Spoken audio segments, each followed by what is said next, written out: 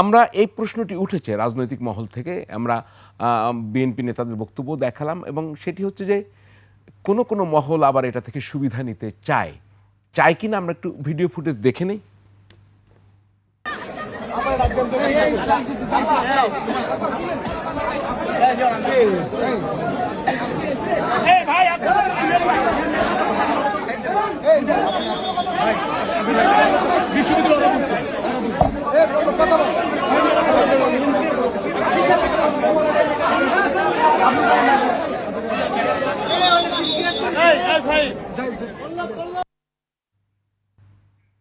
জি, আমরা আমরা মির্জা ফখরুল ইসলাম আলমগীর সাহেবের বক্তব্য দেখতে চাই।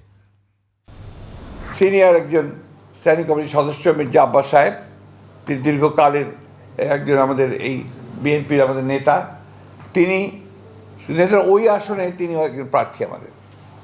তিনি স্বাভাবিকভাবেই একজন রাজনৈতিক নেতা হিসেবে তিনি সহানুভূতি দেখানোর জন্য সাথে সাথে সেখানে ছুটে গিয়েছিলেন। কিন্তু দুর্ভাগ্যক্রমে সেই দলের কিছু ব্যক্তি, কিছু সমর্থক, আরও কিছু আপনার চক্রান্তকারী, তারা সেখানে সমবেত হয়ে উত্তেজনামূলক স্লোগান দেয় এবং এক পর্যায়ে তারা একটা মব সৃষ্টি করার চেষ্টা করে। দেখলাম এবং মির্জা ফখরুল ইসলাম আলমগীর সাহেব খুব সিরিয়াস অভিযুক্ত যে মব সৃষ্টির ওখানে চেষ্টা করেছিল। এই ঝুমা হচ্ছে ডাকসুর একজন মেম্বার, প্রতিনিধি এবং শিবিরের প্যানেল থেকে তিনি নির্বাচন করে পাশ করেছেন। আমি ব্যারিস্টার আসাদুজ্জামান ফুয়াদের আগের কথায় ধরে বলি, উনি বলছিলেন যে অন্য একটা পোর্টালে একটা মিথ্যা তথ্য দিয়ে উত্তেজিত করেছেন। না, যখন তাকে তুলে নেওয়া হচ্ছিল তখনও কিন্তু একটা গ্রুপ ওখানে বলছিল আব্বাস সাহেবের নাম বারবার। আপনি কি মনে করেন এটি কেন করা হলো, যেহেতু অলরেডি উঠেছে যে কেউ ফায়দা নিতে চায়? আমরা এখানে সবচেয়ে প্রবলেমে পড়ে গেছি এই 1.5 বছর যাবত। নতুন এবং ফিরে আসা গ্রাহকদের জন্য নগদে চলছে ক্যাশব্যাক সহ প্রতিদিন হাজারো উপহার জেতার সুযোগ। হবে আশা আর ফেরা সারপ্রাইজ সেরা। মানে আপনি সত্য কথা বলতে গেলে দেখা যাচ্ছে সারাশি আক্রমণ খাচ্ছি, আবার একটু কৌশল করে কথা বলতে গেলে আমরা সারাশি আক্রমণ খাচ্ছি। যেমন ধরেন আওয়ামী লীগের ভোট, আওয়ামী লীগের সন্ত্রাসী ক্যাডার অপরাধ যারা, আমরা এইটাই থাকি এইটুকুই আসলাম। এখন এইখানে দেখেন আব্বাস ভাই একটা পিতৃতুল্য মানুষ। আমরা ছোট্টবেলা আমাদের অভিভাবক ছিল, রাজশাহী বিশ্ববিদ্যালয়তে যখন আসতাম ওনার সাথে দেখা করতাম। টার্গেটটা কি? এখন এইটা আমাদেরকে অপপ্রচার করে আমাদেরকে একসাথে ভিক্টিমাইজ করা।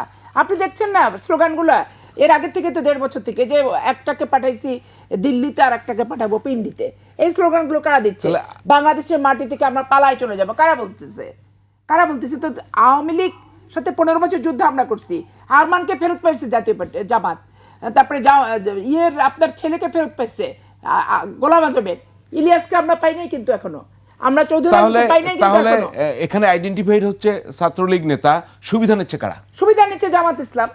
এক কথায় একবারে পরিকল্পিত সুবিধার তারা খাত খুলে বসছে, বাক্স খুলে বসছে। এবং একটা, আমি ছাত্র প্রতিনিধি ছিলাম, বিপি ছিলাম রাজশাহী বিশ্ববিদ্যালয়ের তাপসীরা হলে। আমার আদব কায়দায় তো আসে না যে ঝুমা কালকে ওইখানে যে একটা মূর্তি মানে ইন্টেনশনালি গেছে একজনকে অভিযুক্ত করার জন্য প্রস্তুতি নিয়ে, যে আচরণ, তার বডি ল্যাঙ্গুয়েজ, এটা তো একবারে মানে প্রি প্ল্যান তাকে ওখানে পাঠানো হয়েছে। আমরা একটু ব্যারিস্টার ফুয়াদের কাছে শেষ, সুবিধা নিচ্ছে কারা? সুবিধার প্রশ্ন তো উঠছে, অস্বীকার করা যাবে না। শুধু আব্বাস ভাই ওনার কি টার্গেট থাকে এই যে ঝুমার? একটা বিষয় দেখেন যে শুধু আব্বাস ভাই না, এখানে একজন সাংবাদিককেও রিপোর্ট সংগ্রহ করতে গেছে, পিছন থেকে বলতেছে এই হাদি ভাইয়ের খুনি আসছে। তখন হুটহাট করে কয়েকটা ছেলে গিয়ে ওই সাংবাদিককেও গায়ে হাত তুলছে। এখন প্রশ্ন হচ্ছে, একটা হলো যে টেন্স মোমেন্টটা, রিয়েলিটিটা আমাদের মাথায় নেওয়া দরকার। তার কলিগ আপনার শট ডাউন হয়েছে। কিভাবে কলিগ? ইনকিলাব সেন্টার একসাথে কাজ করে না, তার ইনকিলাব মঞ্চের তারা সহকর্মী না, অনেক দিন থেকে তারা একসাথে কাজ করছে, তারা একসাথে কাজ করে। সেই আলাদা ক্যাপাসিটিতে ডাকসুতেও নির্বাচন করেছে, কিন্তু শুধু ইনকিলাব মঞ্চের সাথে কাজ করে, সে তো ছাত্র শিবিরের রাজনীতি করে না। আমি যতটুকু জানি সে ইনকিলাব মঞ্চের সাথে কাজ করে, সেখান থেকে পরে প্যানেলে অন্তর্ভুক্ত হয়েছে। ছাত্র শিবির কে করে না একমাত্র ছাত্র শিবিরই বলতে পারবে। এরা সব দিকে যেভাবে বিছায় রাখে, জামাত এবং ছাত্র শিবির সব সংগঠনের ভিতরে বিছানো আছে এদের অনুচর। তো এই জন্য আমি বোধ করি টেন্স মোমেন্টটার দুই পক্ষই যার যার বিবেচনার প্রসূত আলোচনা করা দরকার। আব্বাস ভাইয়ের সাথে যে আচরণটা হয়েছে এটা অবশ্যই অন্যায্য, অসুন্দর হয়েছে। আমি অনুরোধ করব ঝুমা থেকে শুরু করে যারা যারা ওখানে ছিল তারা যেন বড় ভাই আকারে ছোট মেয়ের মতো করে এই বিষয়টা কথা বলে নেয়। যেভাবে এই রিজভী ভাই, মির্জা আব্বাস, সাদেক কায়েমের বিরুদ্ধে কথা বলছে না, কথা বলে আবার যখন সত্যটা জেনেছে রিজভী ভাই তো আবার সরি বলছেন। জি। আমার মনে হয় যে এই সম্পর্কটা, এই সৌহার্দ্যটা থাকা উচিত এবং কোনো পক্ষই হুমকি ধামকি অপমানে যাওয়া উচিত না। কারণ আব্বাস ভাই অনেক সিনিয়র সিজন পলিটিশিয়ান, ওসমান হাদি যদিও আমাদের কাছের মানুষ, কিন্তু রাজনীতিতে এখনো তার প্রতিদ্বন্দ্বী হয়ে ওঠার মতো জায়গায় সে এখনো যায় নাই। তো কেন আব্বাস ভাই এই ধরনের একটা কাজ করতে যাইবে? তো আমার মনে হয় যে এই আওয়ামী ট্রাপে আমাদের কারো পা দেওয়াটা সুন্দর হবে না, সবাইকে সতর্কভাবে মন্তব্য করতে হবে।